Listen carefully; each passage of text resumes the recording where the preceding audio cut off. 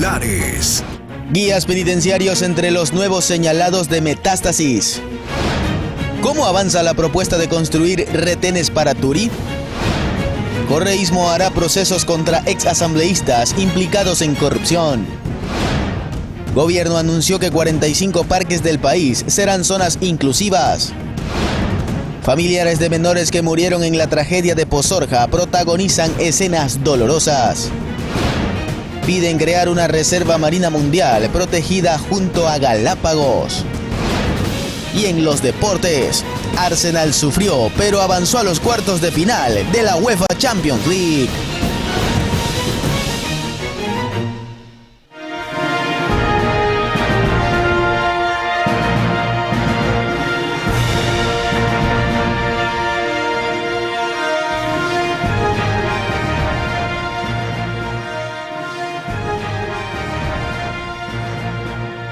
Buenas noches y bienvenidos a Noticias Soromar, emisión estelar. Con 95 votos, el Pleno de la Asamblea Nacional aprobó las reformas a la Ley de Seguridad Social. Con esto, el directorio del Consejo Directivo del IES tendrá 5 integrantes y no 3 como venía conformándose. A continuación, el desarrollo de otras informaciones.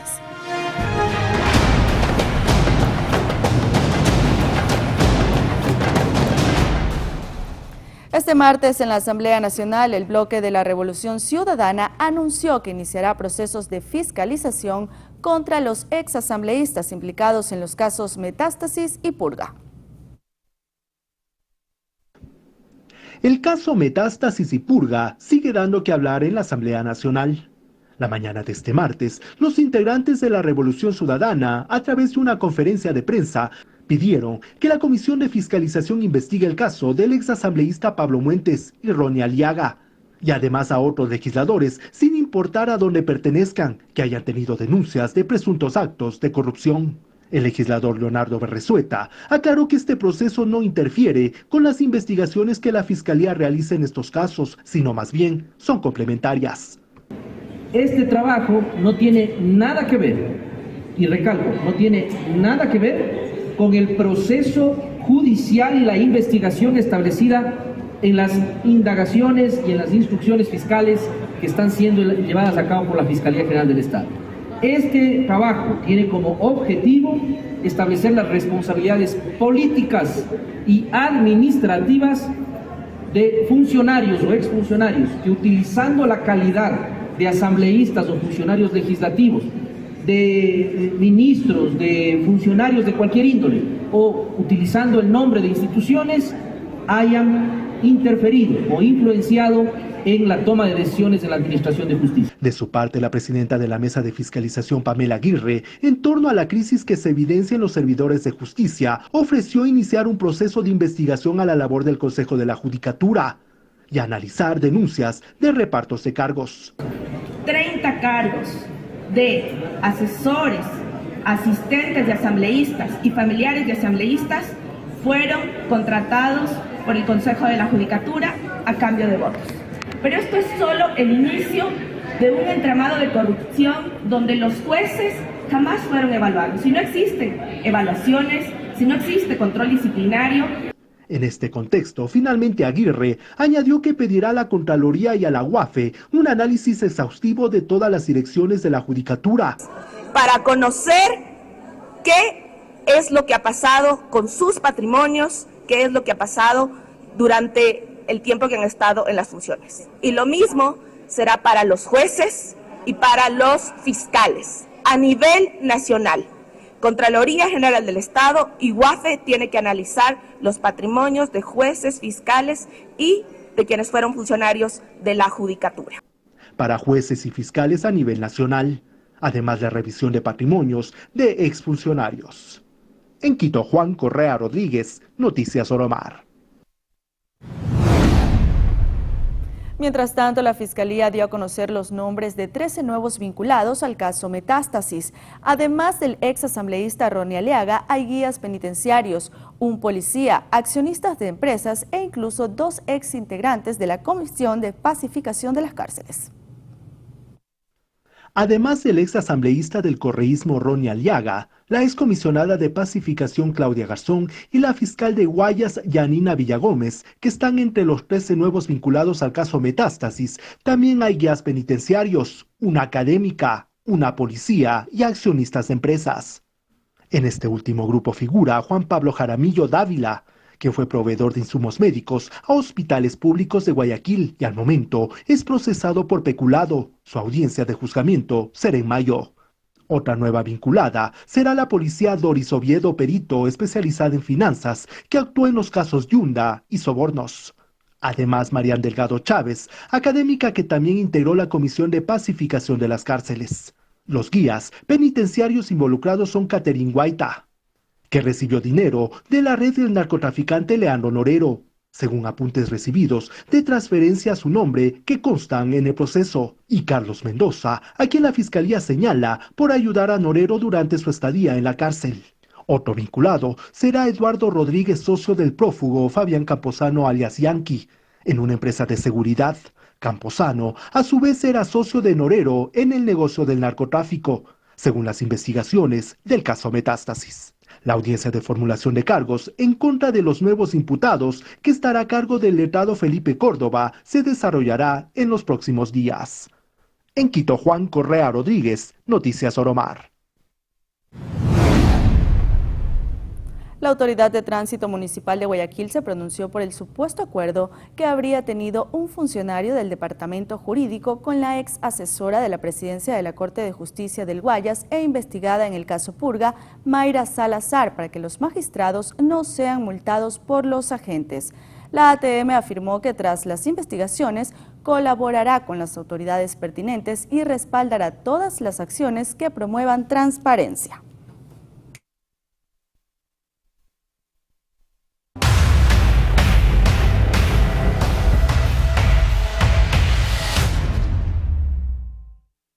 Registradas este 12 de marzo de 2024 sobre un supuesto intento de fuga del ex vicepresidente de la República, Jorge Glass, de la Embajada de México en Quito, la Cancillería ecuatoriana aseguró que tras las conversaciones con autoridades de la Embajada de México en Ecuador, se confirma que Glass permanece en esas instalaciones.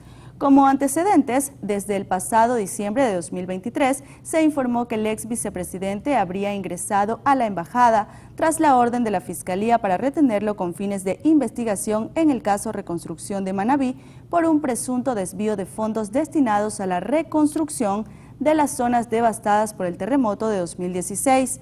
En ese tiempo, Glass lideraba el comité a cargo de los recursos. Tras la solicitud de la Fiscalía de la fiscal general Diana Salazar, Glass pidió asilo diplomático a México, pero esto sigue en análisis y no ha sido concedido. Recordemos además que el pasado febrero se informó del requerimiento de la Cancillería ecuatoriana a México para poder ingresar a la delegación diplomática en Quito y proceder con la orden de captura contra Glass. Esto último fue negado.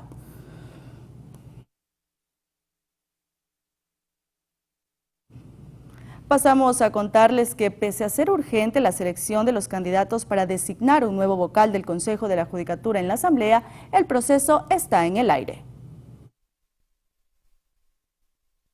En la Asamblea Nacional se sabe que la selección de los candidatos para la terna debe ser urgente, pero la brecha gira en torno al mecanismo de designación.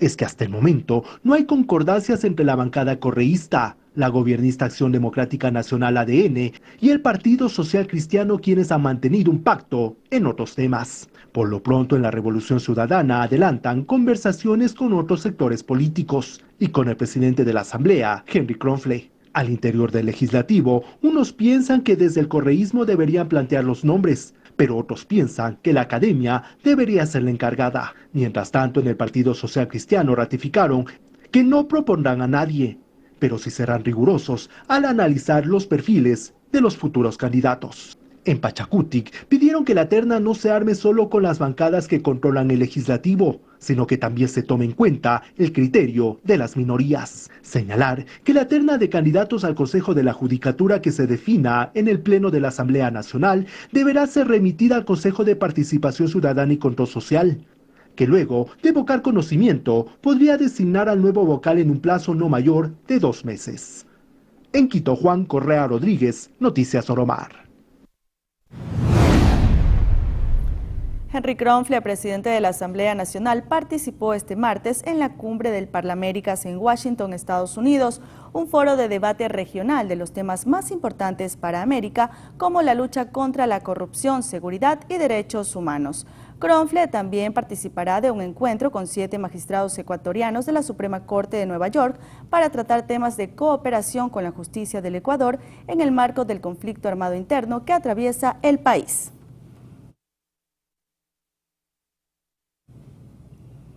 Y el asambleísta por el partido Sociedad Patriótica, Lucio Gutiérrez, señaló que tiene un nuevo problema con el Consejo Nacional Electoral, específicamente con su presidenta Diana Atamaín. Escuchemos.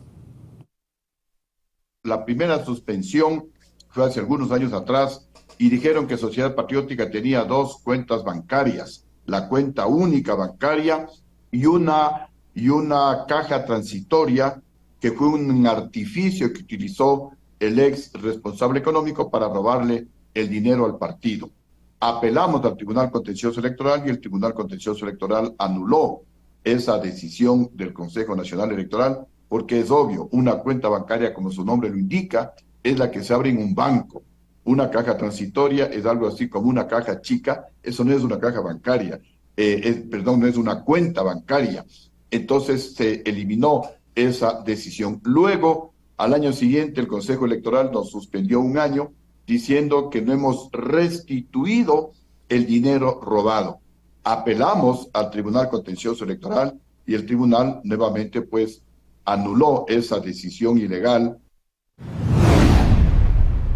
Por otro lado, el Tribunal Contencioso Electoral multó al ex contralor Pablo Celi con $20.000 y la suspensión de derechos de participación política por 4 años.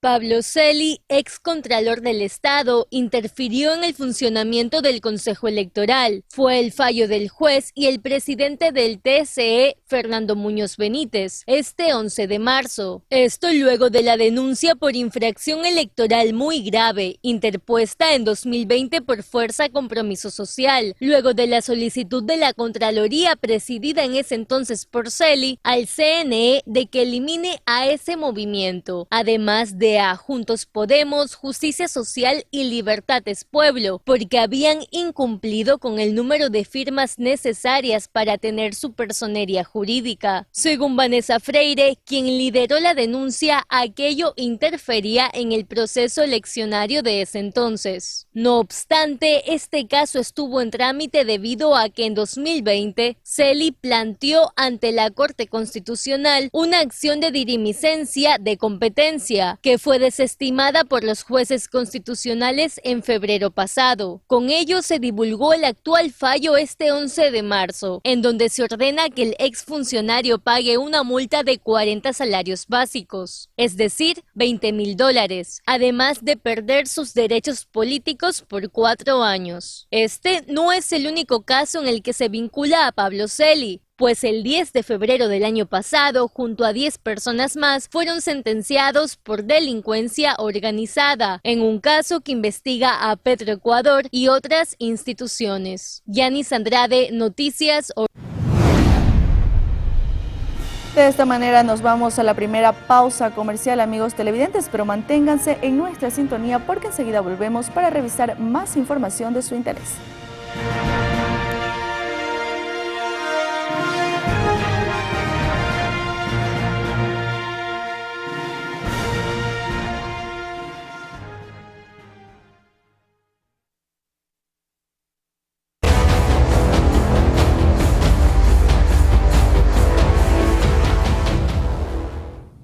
Estamos de vuelta, gracias por acompañarnos. Se conmemoraron 189 años de la fundación de Portoviejo, la ciudad capital de los manavitas. En el evento fue condecorado con el mérito periodístico nuestro compañero Willy Quinde.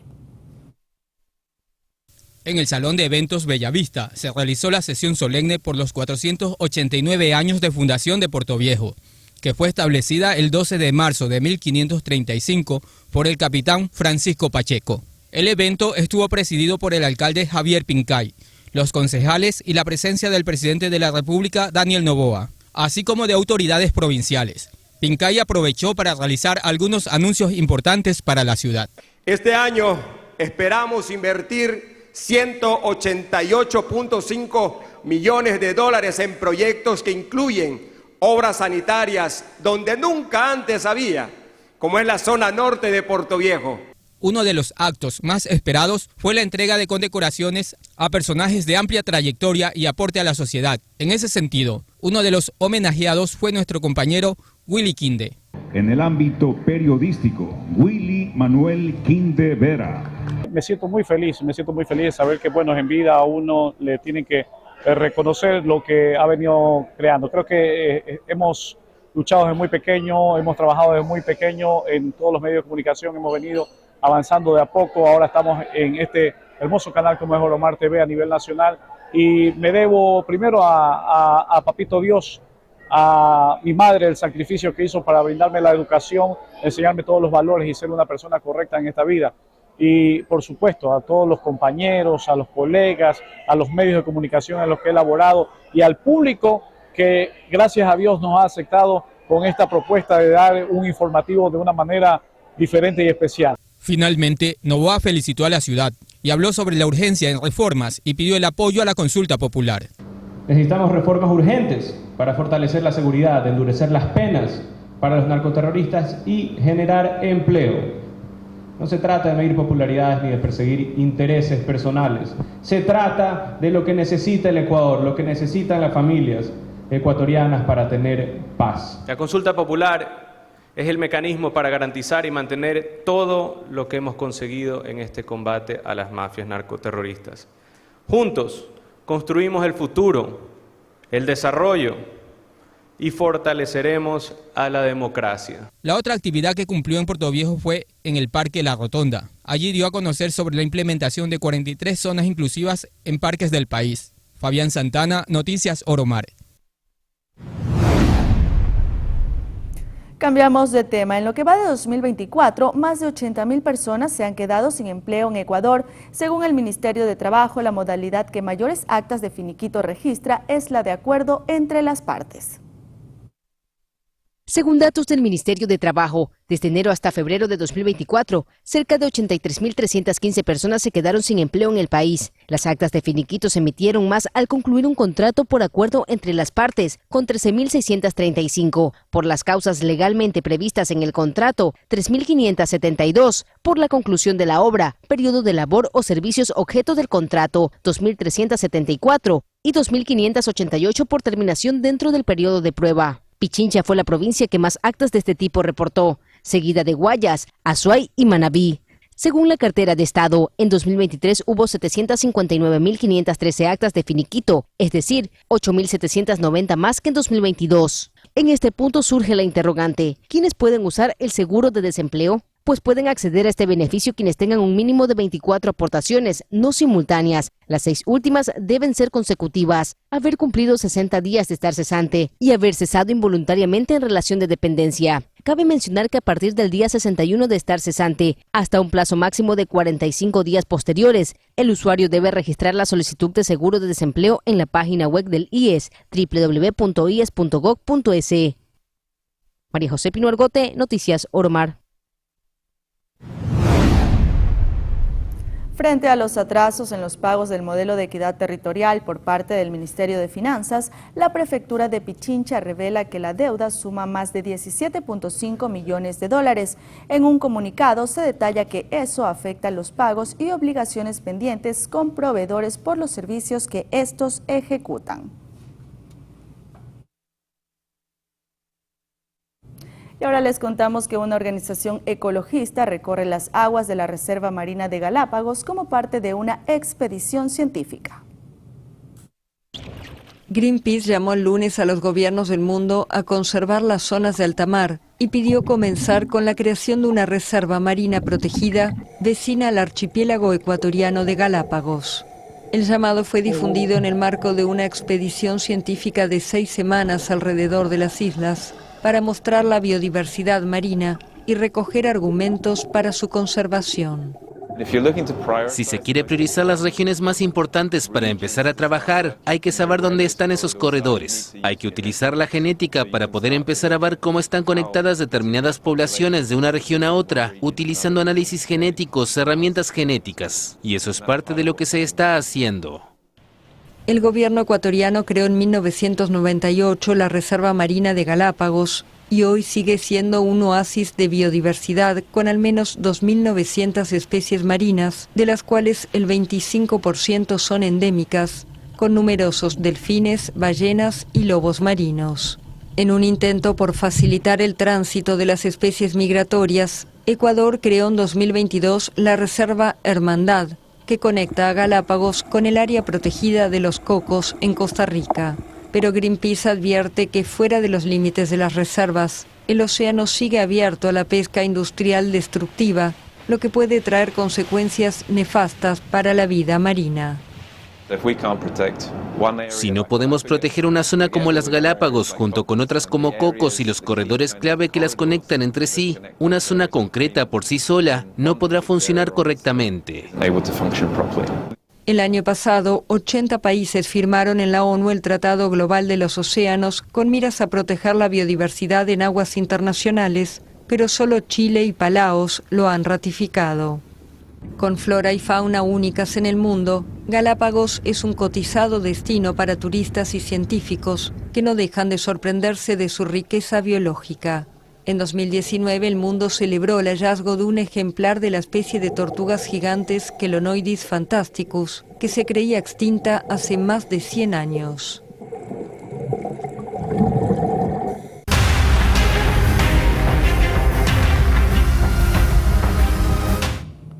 A casi un mes de que Chone fuera elevado a emergencia sanitaria en calidad de desastre por las intensas lluvias, el alcalde Leonardo Rodríguez indicó que los servicios de salud se han normalizado, además que trabajan en temas preventivos.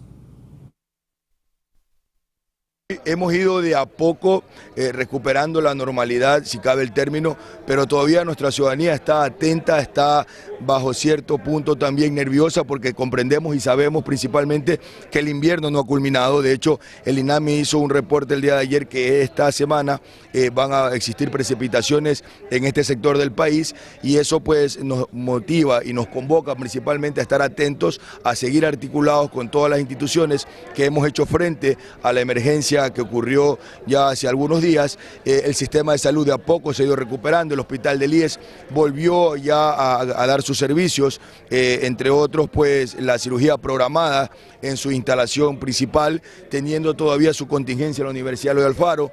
El Hospital Napoleón Dávila Córdoba, el Ministerio de Salud Pública también de a poco ha ido recuperando la normalidad de sus servicios. Con las inundaciones, las estructuras suelen guardar humedad, lo que además de provocar daños en las construcciones, podría conllevar a la producción de hongos que afectan a la salud. Además de cultivos, carreteras y enseres, las inundaciones a causa de las lluvias generan daños considerables en las infraestructuras, que suelen guardar humedad por un largo periodo. ¿Pero cómo se genera esta afectación?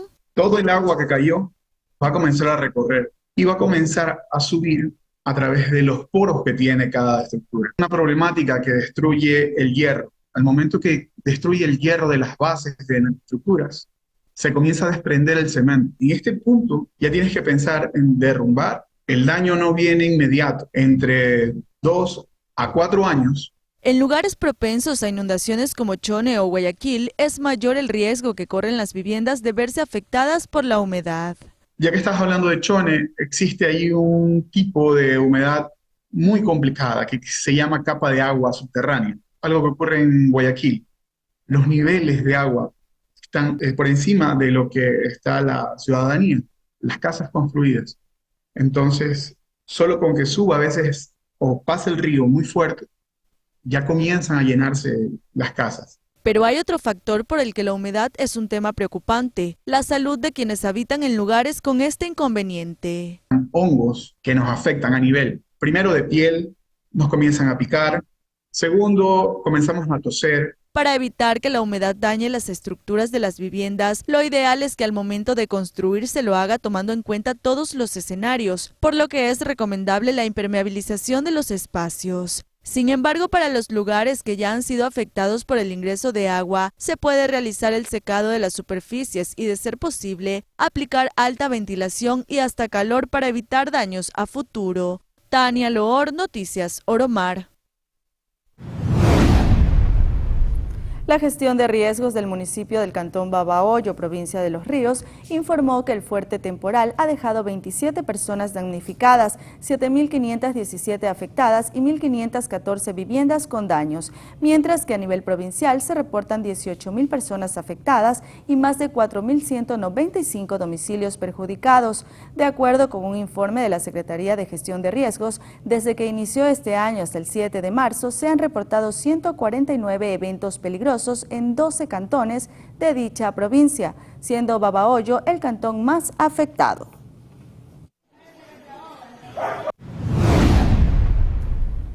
Y la falta de agua potable sigue siendo una problemática para algunos cantones de Manabí. Sucre, ubicado al centro norte de la provincia, es uno de los más afectados.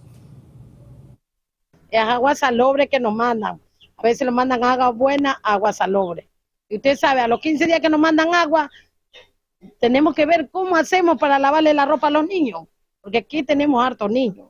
Ella es Luz María, habitante de Sucre, uno de los 5 cantones que sufren la falta de agua potable en la provincia. 3 tanqueros están distribuyendo el líquido vital, pero los residentes aseguran que no se logra abastecer a todas las familias. Incluso hay ocasiones que les toca traer agua del pozo. Los niños a veces están con dolor de barriga, usted sabe que ellos toman agua, no, aunque nosotros compramos agua de bidón, pero de todas maneras, en el día todos que tomamos no nos alcanza un bidón de agua. A veces cuando no tenemos para comprar un bidón de agua, tenemos que tomar el agua salobre, porque si uno no toma agua, ¿cómo vivir? Aquí sí es un pedido ya desesperado, pedirle al gobierno, a las autoridades nacionales, que nos ayuden realmente porque esta situación va a seguir. Dios nos ha bendecido porque no ha llovido en estos días, pero esto va a seguir el problema y esto se va a causar un caos en nuestro cantón. Este cantón de aproximadamente 50.000 habitantes, entre la zona urbana y rural, recibe líquido vital cada 15 días. El alcalde Carlos Mendoza Rodríguez afirma que este problema no es de ahora y pide al gobierno que intervenga pronto. El problema del agua de Bahía de Caracas y sus alrededores es un tema, diría yo, con muchísimos años de existencia. Necesitamos ya que el gobierno nos vea desde una perspectiva de que el agua es un derecho y de que el agua es una necesidad imperiosa. En una situación grave, debo decirle que no es que estamos con las manos nomás pidiendo que nos den todo, tenemos el proyecto ya en todas las instancias, con viabilidad de todo género, de todo tipo. Tenemos evidentemente pues un proyecto de 16 millones de dólares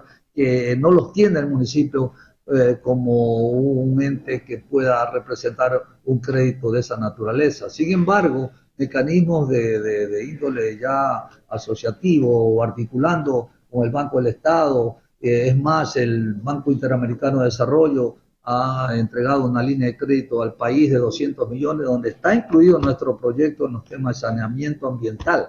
Esos 200 millones necesitan un aval del gobierno, que todavía no se ha entregado.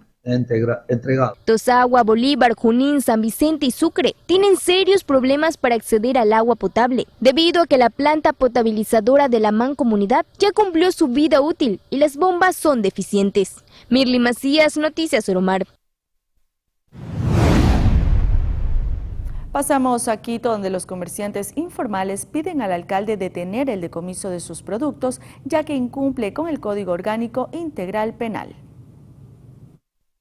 Para el alcalde de Quito, el comercio informal que inunda las calles capitalinas es un problema grave y serio. Las ventas ambulantes se suman a la extensa lista de problemas que enfrentan las autoridades capitalinas. El desempleo, que según cifras oficiales se ha duplicado en Quito, agrava la situación. Es un tema muy duro, ya les digo, porque tenemos el doble desempleo nacional, pero es evidentemente una de mis prioridades. El municipio ha concentrado sus esfuerzos para reducir el comercio informal, más por el contrario, este crece, se incrementa y con mayor fuerza, pues el hambre y las necesidades no esperan. Que hagan un pare al decomiso y dar unos espacios a ver a dónde se puede ubicar a las personas. Entre los comerciantes existe el temor por el proceso de incautación que llevan adelante los metropolitanos. En campaña electoral, Pavel Muñoz hablaba de respetar el trabajo informal y de crear sitios municipales, o sea, mercados, donde daría cabida a los informales. Pequeño localito, estamos hablando de una cosa de 2x2, menos incluso de 1x2, y ahí desarrolla su venta. Para el abogado de los informales, no se debe decomisar la mercadería, puesto que aquello incumple con la ley. Que el decomiso es cuando es mal producto.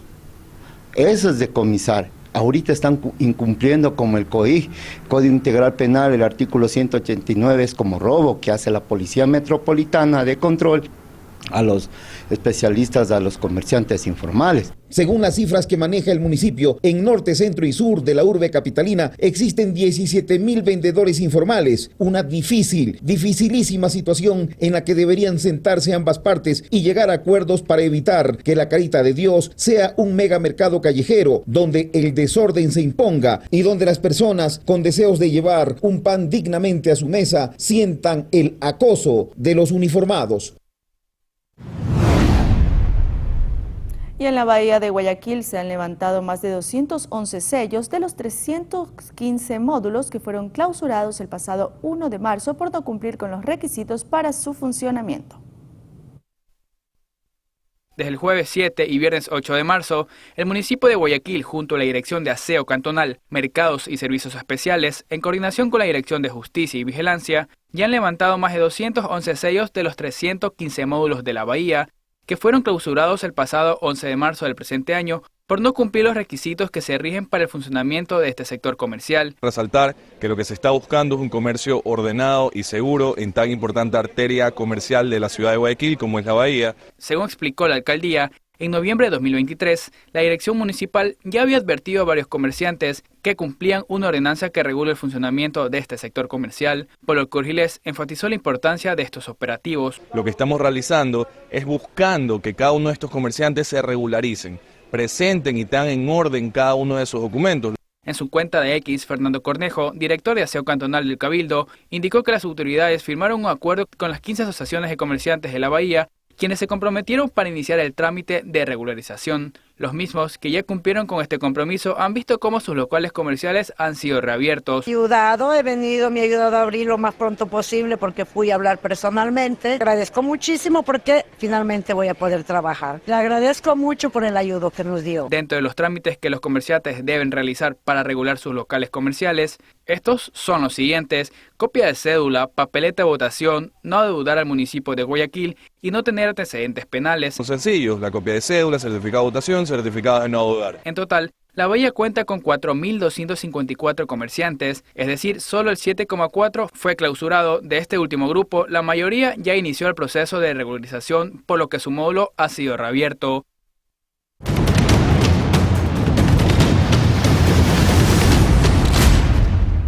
La Policía Nacional de Ecuador, a través de la Dirección General de Investigación, fue parte de la operación Guardianes Digitales de la Niñez que se llevó a cabo del 4 al 8 de marzo de 2024 y en la que participaron 10 países de la región: Honduras, El Salvador, Colombia, Chile, Guatemala, República Dominicana, Costa Rica, Perú, Argentina y Ecuador. En esta intervención se socializó o se puso a prueba un software desarrollado por el Departamento de Seguridad Nacional de los Estados Unidos que permite identificar y rescatar a niñas, niños y adolescentes víctimas de abuso sexual para posterior brindarles atención psicológica. Con la herramienta también se puede localizar a los agresores mediante la identificación de rostros en fotografías y videos a fin de dar con su ubicación en tiempo real. Con todo esto, en Ecuador se ejecutaron 9 allanamientos que permitieron la captura de 7 personas y rescatar a 10 víctimas. Además, se incautaron 1.965 archivos de material de abuso sexual infantil, 6 dispositivos de almacenamiento, 7 computadores, 10 terminales móviles y 9 equipos varios. Asimismo, las autoridades informaron que durante el operativo regional también se logró identificar a 52 víctimas, quienes se encuentran en diferentes países, por lo que se mantendrán las coordinaciones internacionales a fin de lograr su rescate.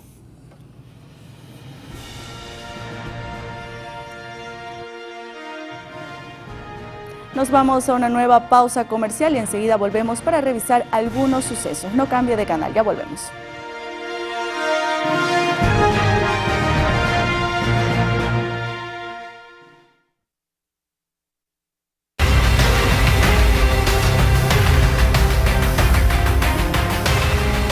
Horas con 49 minutos. El distrito Manta registró nuevas muertes violentas. Uno de los casos dejó 2 personas asesinadas en un centro de rehabilitación. El resumen de este y otros hechos en la siguiente nota.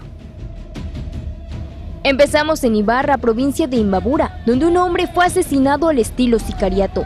El presunto sicario fue capturado en los exteriores de una unidad educativa. Según la Policía Nacional, este crimen correspondería a un ajuste de cuentas, ya que la víctima tenía antecedentes penales. Debemos indicar que el de Kevin Joel JR, de 18 años, el presunto autor del asesinato ocurrido en horas de la mañana, fue detenido en flagrancia por servidores policiales del eje preventivo de la subzona de Imbabura, del distrito Ciudad Blanca. El sicario habría disparado contra el ciudadano Freddy Giovanni R.A., provocándole la muerte instantánea.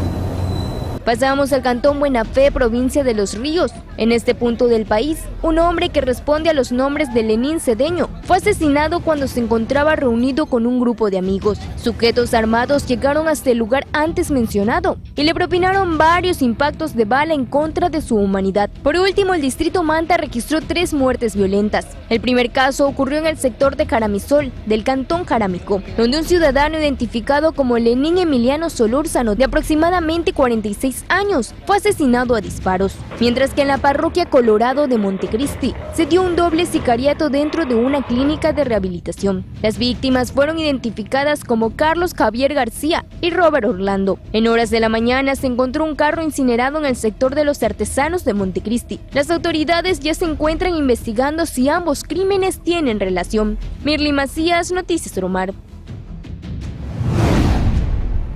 El alcalde del cantón, Camilo Ponce Enríquez, asegura que en los últimos 3 meses los delitos de sicariato, robo, homicidio y secuestro se redujeron.